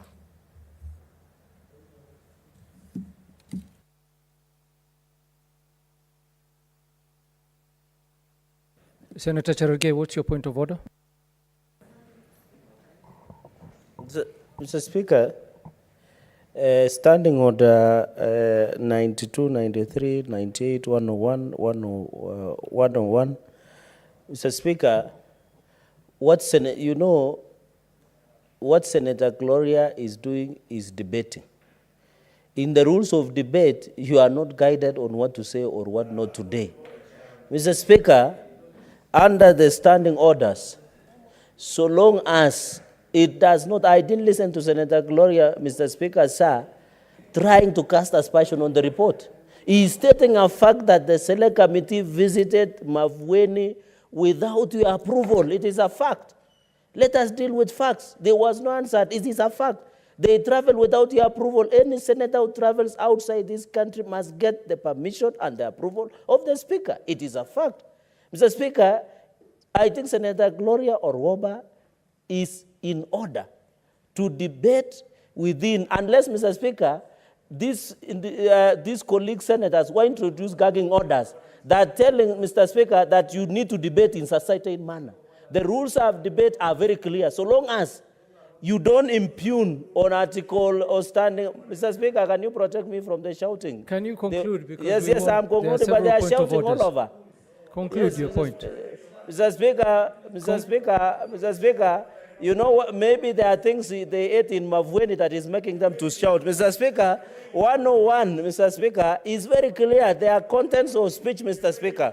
Mr. Speaker, the contents of speech is very clear understanding on the 101, Mr. Speaker. Therefore, Mr. Speaker, I request that Senator Gloria Orwoba be protected to debate as she wishes. Even if she wants to discuss about the weather, so be it, because the rules of debate are very clear. What is your point of order, Senator Onyonka? Mr. Speaker, we have absolutely no interest in stopping my sister Gloria Orwoba discussing matters pertaining to what actually transpired over the Shakahola investigations. What I have a problem about, Mr. Speaker, is that the very essence of this House, the very word known as integrity, the ability for this House to be left to do its job without being blackmailed and without being put on the spot, whereby there are aspersions and allegations being laid out on this floor by my sister, where Honorable Cherargei thinks, Mr. Speaker, that the reason why we went to Kilifi was to go and eat, the way he normally likes to eat. Mr. Speaker, and my colleague, Mr. Cherargei, we don't like eating as much as you eat. We went to Shakahola, and let me inform you, we went to get the information without having it on the Hansard for the simple reason that what we want to get is information that was validating what we had already tabled in the Hansard. So I don't mislead my young sister to deal with non-issues. Let her deal with the issues of why we got Shakahola. Thank you, Mr. Speaker. Senator Mungatana, what is your point of order? Speaker, I just, I like to listen to debate, Mr. And it's not in my habit, actually, to intervene on points of orders, because I like to listen to debate and hear what people have to say. But, Mr. Speaker, did you hear the Honorable Cherargei quoting Standing Order 93, 92, 98, 101. And none of those, Mr. Speaker, are relevant to what he's saying, Mr. Speaker. None of them. Mr. Speaker, it is not fair. It is actually not fair to stand up, take the time of this House, and talk about things that are not relevant. Mr. Speaker, earlier in the day, the Honorable Senator Sifuna had raised the question of frivolous point of orders, Mr. Speaker. And, Mr. Speaker, we are requesting that we who want to listen be allowed to listen, not interventions that are not adding any value. And Mr. Speaker, guide the young senator to stick to the issues. They should not try to go back to rulings that have been made in this house. Mr. Speaker, this is a house of order. If someone doesn't want to listen, they can go and make noise outside, not in the house. Thank you, senators, honorable senators. I have followed all the point of orders. I would like to start by first of all cautioning Senator Gloria Uruoba and refer you to Standing Order 101-2, that it shall be out of order to introduce an argument which has already been discussed in this House. So while making your submission, stay away from gray areas if you're not sure. Senator Cherargei, I will refer you to Standing Order 120, irrelevant or repetition and quoting standing orders which were not relevant to your point of order. Well, you stated several standing orders. You should have stuck to the one which was particularly important to your point of order. So on that one, I will caution you. Senator Uruoba, please proceed with your submission. Thank you, Mr. Speaker. I stand guided. Allow me. And one more thing, Senator Uruoba. Yes. You did mention that you're still fairly new in understanding the standing orders. When a select committee is sent out, it is not necessary that it has to be recorded on Hansard or there have to be a secretariat. What is important is what is captured in the report. And that is why you're making your submissions now on the report. Mr. Speaker, I stand guided. And Mr. Speaker, for the record, kindly protect me. For the record, Mr. Speaker, let it be noted that all the standing orders that I mentioned, 197 to 228, guide us on matters business that is being connected under select committees. Mr. Speaker, I'm finding it very, very difficult each and every day when we come to give contributions, particularly as young women senators, that we keep on getting all this it's like, I've heard Senator Mungatana, Mr. Speaker, stand up and say, guide the young senator. Mr. Speaker, some of this terminology and allusions of discriminating senators based on their gender, based on their age, Mr. Speaker, this culture must stop. Mr. Speaker, as I continue to give my submissions, Mr. Speaker. Senator Uruoba. I would like... Senator Uruoba, just a moment. Senator Uruoba, just to understand, do you have an issue with being called young by Senator Mungatana? Mr. Speaker, being referred as a young person? Mr. Speaker, it is the context with which the senators use it. It is demeaning. It is downgrading, Mr. Speaker, and we are tired. Senator Mr. Speaker, Mungatana, allow me to continue with my submissions. Senator Mungatana, what is your point of order? Speaker, the Honorable Senator Uruoba, let me just say, the very, very Honorable Senator Uruoba actually said in her own submissions that we young senators who are novice, we are learning. Am I not in order, Mr. Speaker, to just say you are the young senator, having had her say what she had referred herself to? Mr. Speaker, I think, Mr. Speaker, with due respect, I am pleading with the House, Mr. Speaker, if you have content, to let us hear the content. We actually sat here, and there are so many senators here who want to hear content. We don't want drama. We just want to hear content. I thank you, Mr. Speaker. Thank you. Senator Cherargei, what is your point of order? It has been stopped. Mr. Speaker, on your direction, standing order number 1, and of course number 98 is point of order is a right. Mr. Speaker, what I want to know, and everybody knows, under this standing order, there is nowhere that says young or old senator. It says the senator. So, Mr. Speaker, can I, Mr. Speaker, the context. Mr. Speaker, the context of saying the young senator, that context is wrong. It's like they're saying the woman senator. or the old senator, Mr. Speaker. The standing orders refers only to a senator. It does not say the young, old, or a woman, or a PWD senator. Mr. Speaker, let us follow the standing orders. Thank you, And Senator. some of us will not be intimidated by shouts. I can tell you for free. Honorable Senators, if I may rule on this, the reference that Senator Mungatana made was directly picked up from your own comment, Senator Oruoba. No, Oruoba, when you were making your submissions, you did declare that you're a novice senator, young senator. Don't engage the chair, Oruoba, just listen. This, what happened was, I mean, the phrase young or youthful is a terminology of fact.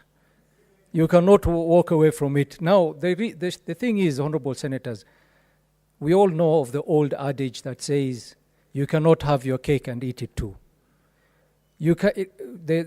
Being youthful and young cannot only be used to your advantage. Parliamentarians also have the Young Parliamentarian Association, which I'm sure you also subscribe to.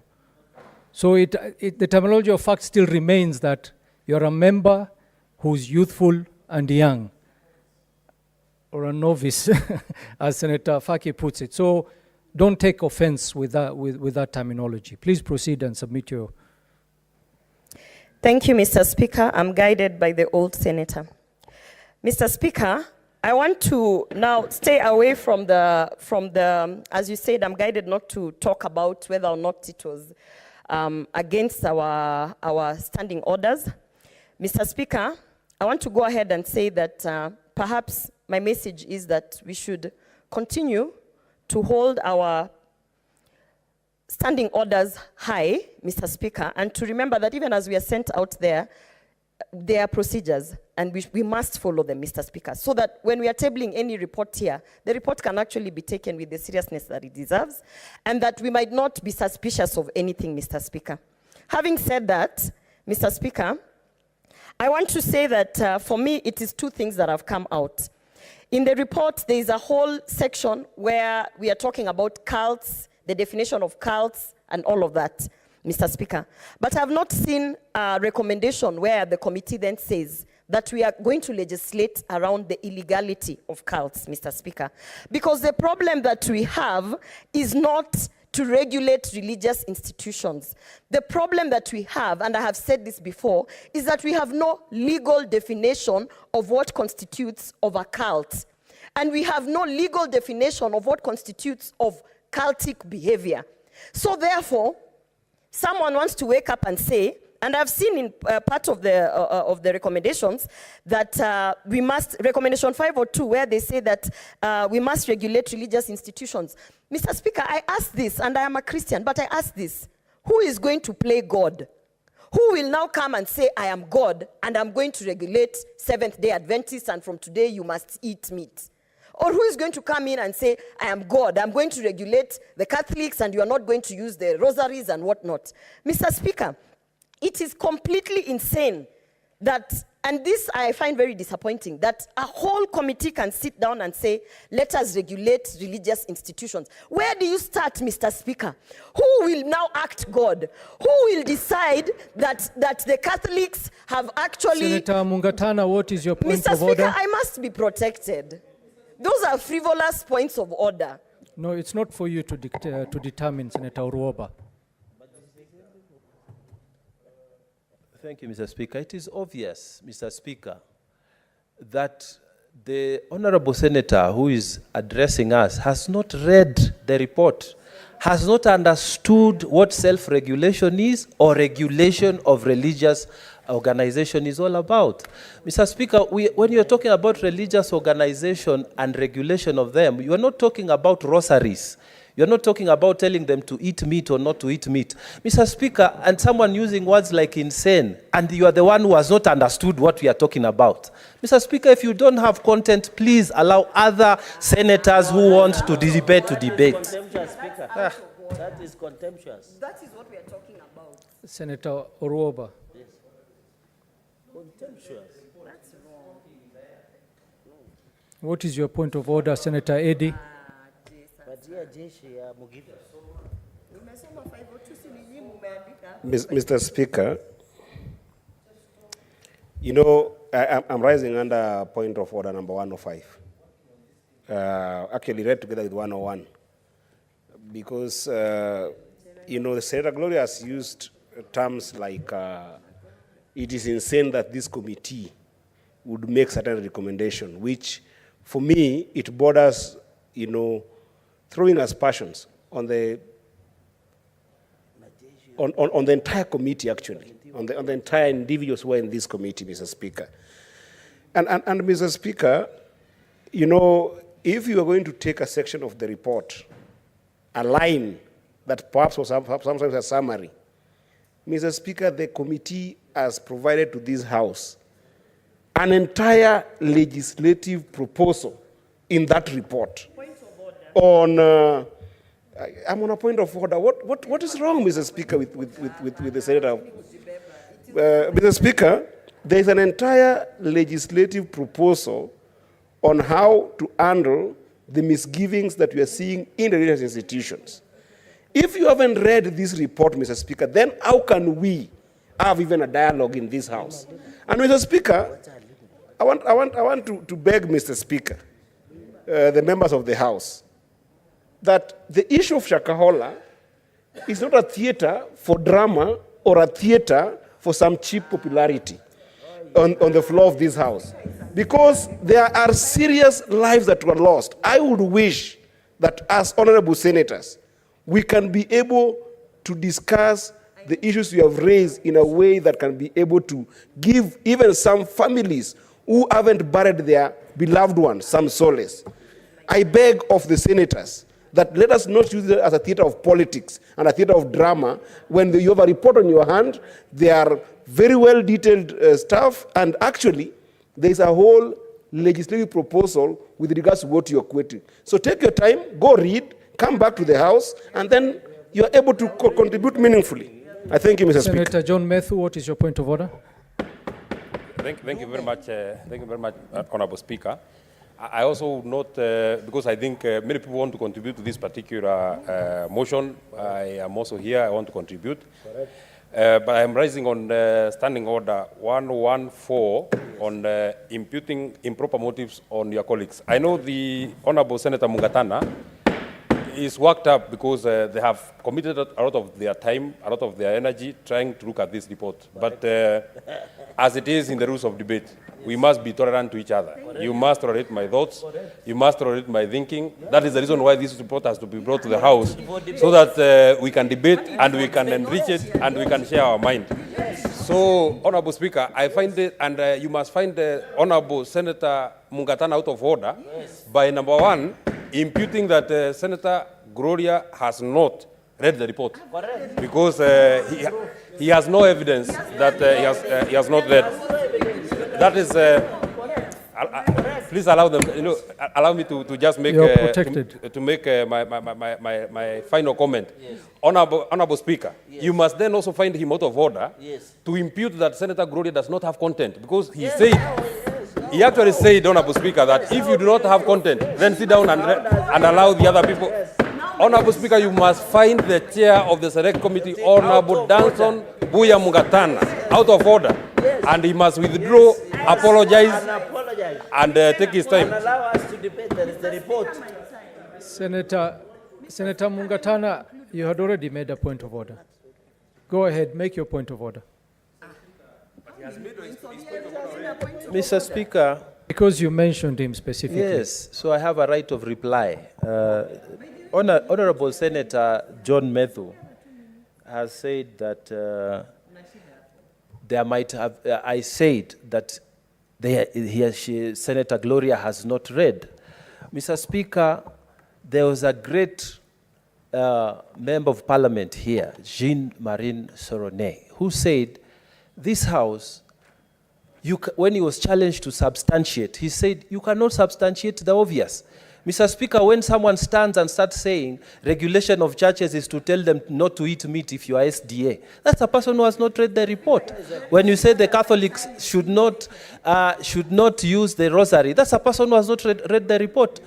He's completely out of order because he's misinforming the public using this prime podium, Mr. Speaker, to say things that are not in the report.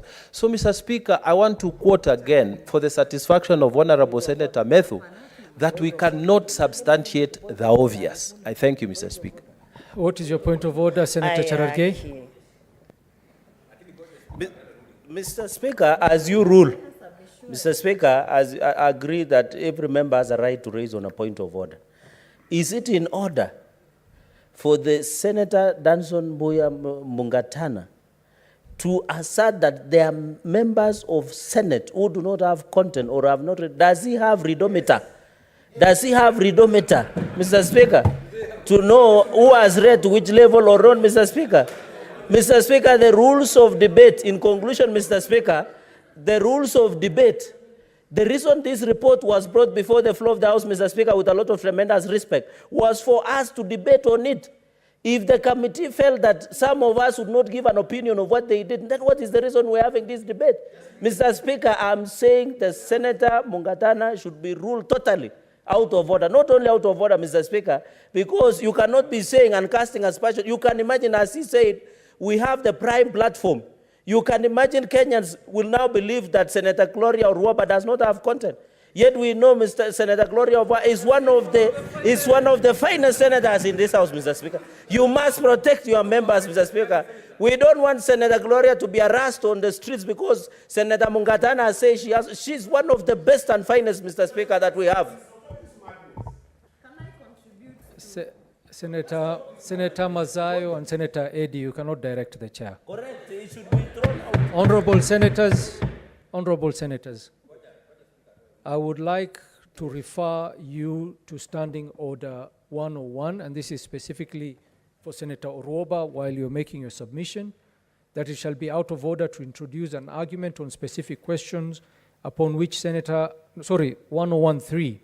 It shall be out of order to use offensive or insulting language, whether in respect of senators or other persons. As you are making a submission, try to use parliamentary language and avoid attracting this point of order. Thank you, Mr. Speaker. Just one moment, Senator Orwoba.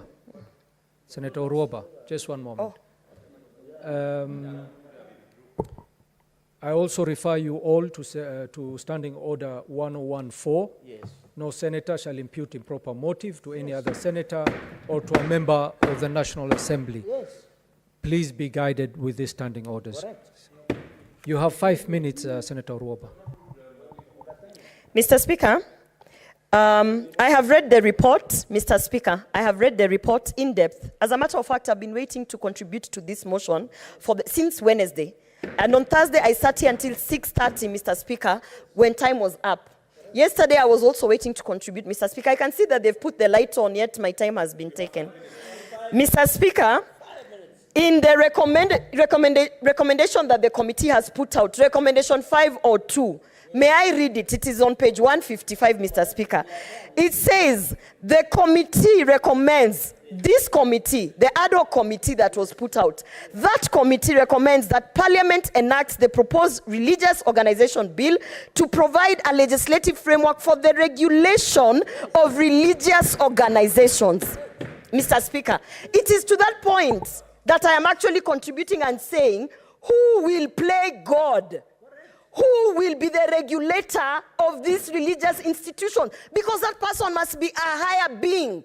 That person must be greater than the religious institutions. So that person essentially must be God. And Mr. Speaker, that is what I'm saying. When a committee has sat and said that this is the recommendation, I am now asking, because, Mr. Speaker, I am specially elected, and I'm specially elected by women, Mr. Speaker. And those women are asking me here to come and say, while we are putting and legislating and saying we are going to regulate the religious institutions. Senator Orwoba, if I could interrupt you. You read page 151? I read page 155, regulation 502, where they have recommendation. The same report that has been given to me that I have been, interrogating, Mr. Speaker.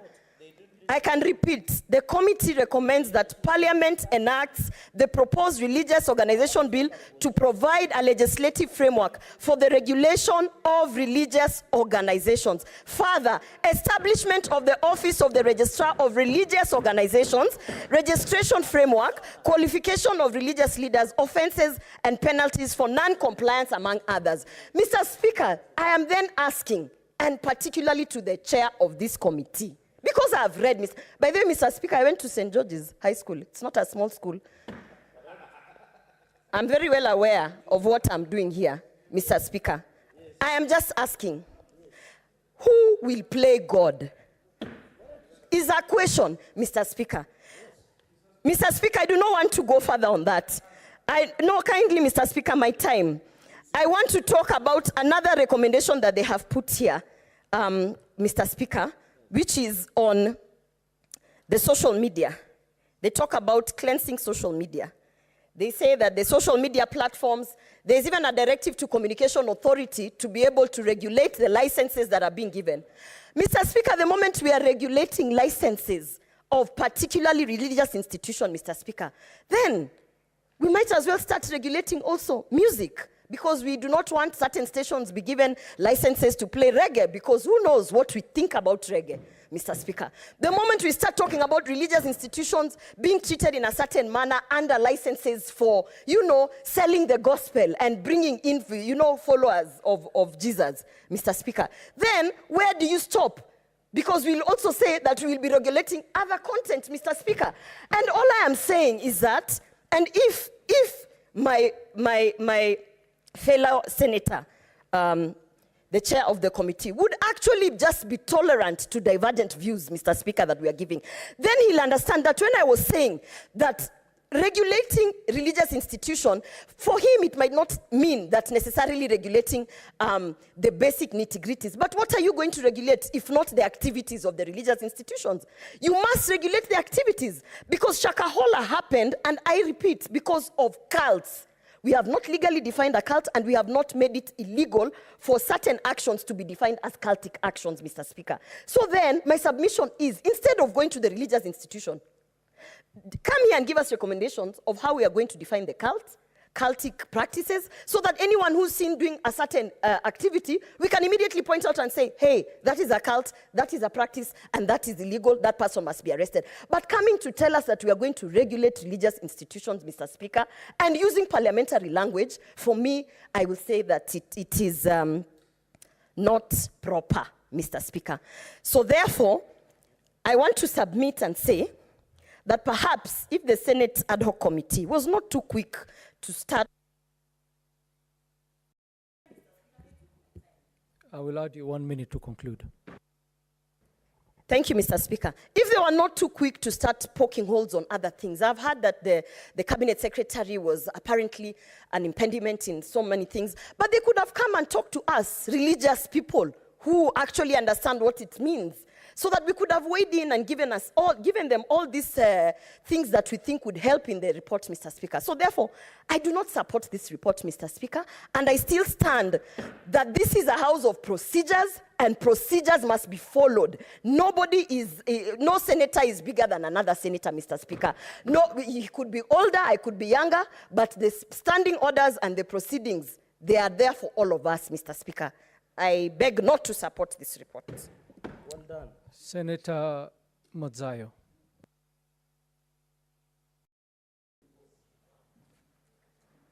Asante, Mheshimiwa Spika. Mheshimiwa Spika, cha kwanza nataka kutoa kongole. Utanisamehe kidogo, sauti yangu si nzuri kwa sababu hali yangu ya afya kidogo iko na matatizo, kwa mafua mengi, kwa mvua ya El Niño na kadhalika.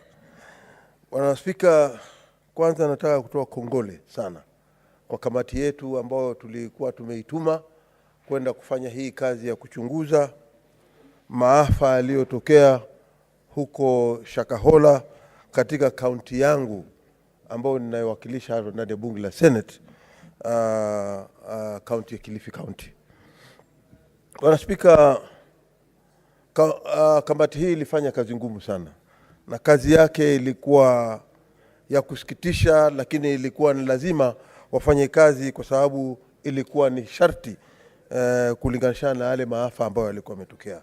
Kwa hiyo nataka nimpatie kongole aliyekuwa mwenyekiti ndugu yangu Danson Mungatana na kamati yake kwa kazi walioifanya.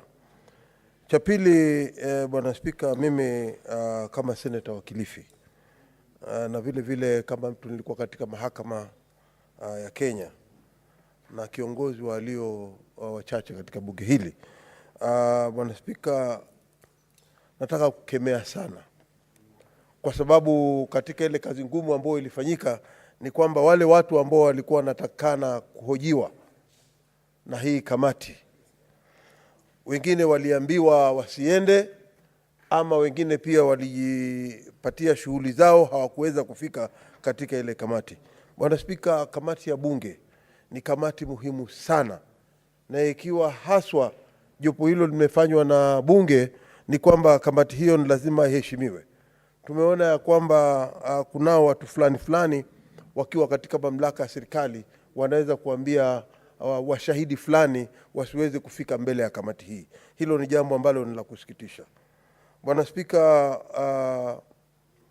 nataka kusema tu cha pili ni kwamba kule Shakahola wengi ambao walikuwa wamepatikana huko wakiwa wametupwa huko Shakahola ama wamefukiwa, sasa ikawa shughuli kubwa ni ya kuwafukua. Wengi katika wale watu, baadhi ya wale watu ni watu ambao hawakutoka katika ile sehemu ya Shakahola. Bwana Spika, tunaona hii ni kazi ambayo ya kusikitisha sana, kwa sababu watu hawa walifanywa maafa wakiwa huko mbali katika pengine kutoka maeneo ya magharibi, katika kaunti za kama Kakamega, vile Boni Halwale aliweza kukubaliana, na kutoka pande zote katika nchi yetu ya Kenya. Watu hawa, Bwana Spika, ni kama kulikuwa na mipango maalum.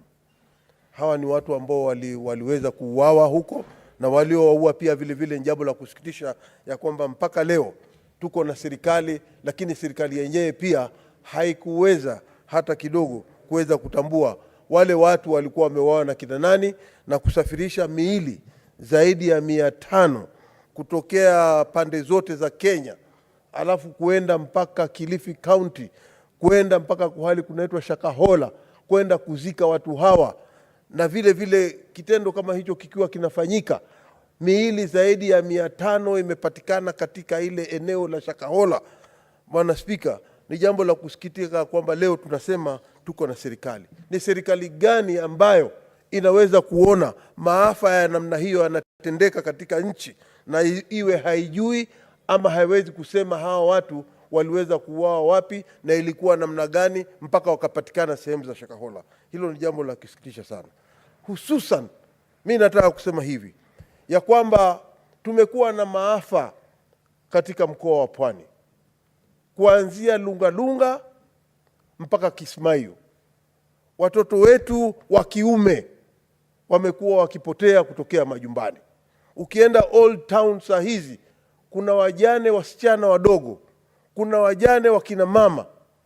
Ukienda katika maeneo mbalimbali ya Kilifi kuna wajane ambao ni watoto ambao walikuwa ama ni mabarobaro wavulana, walikuwa wanaishi wanafanya kazi zao.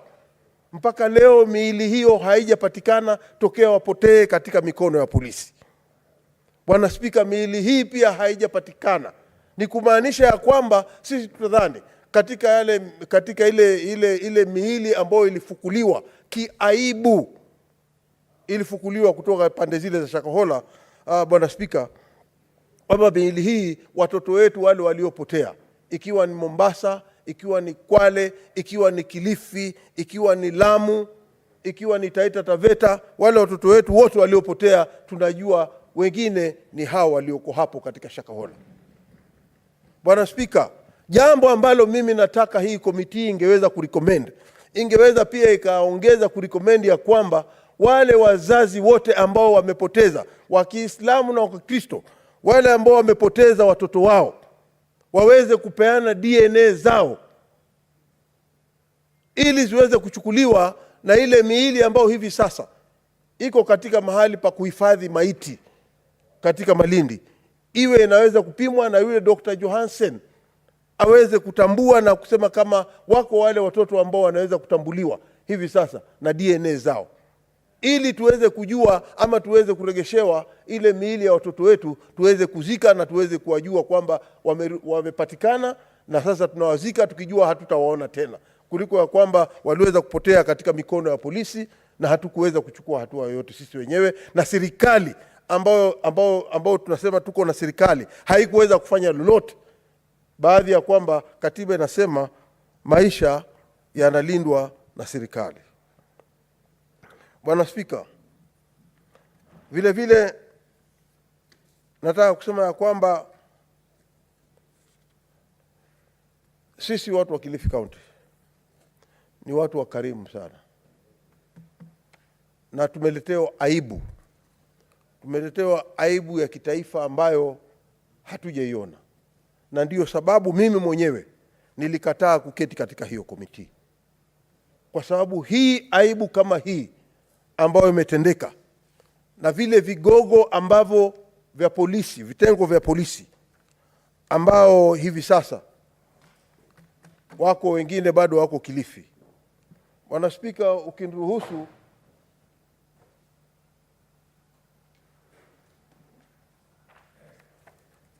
ukiniruhusu ninaweza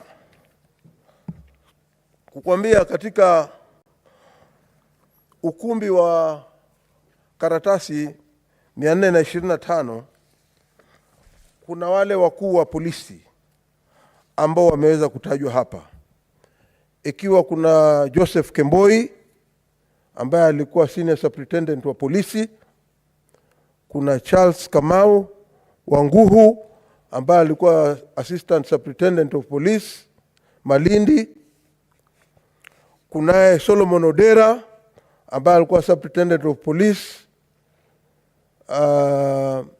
sub county police commander, kunaye Agamso Guracha ambaye alikuwa superintendent of police critical infrastructure protection unit, kunaye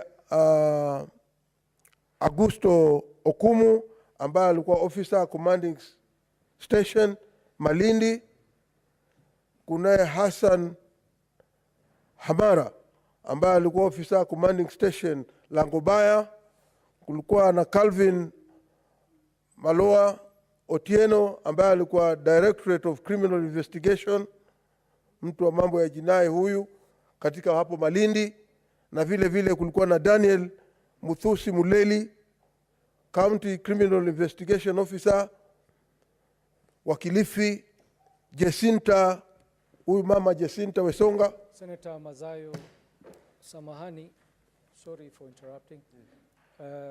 When this debate resumes on this report, you as minority leader, you will have a balance of 51 minutes to make your contribution. 51 minutes as per Standing Order 1114A. Honorable Senators, it is now 1 p.m., time to adjourn the Senate. The Senate therefore stands adjourned until today, Wednesday, 29th November 2023 at 2:30 p.m.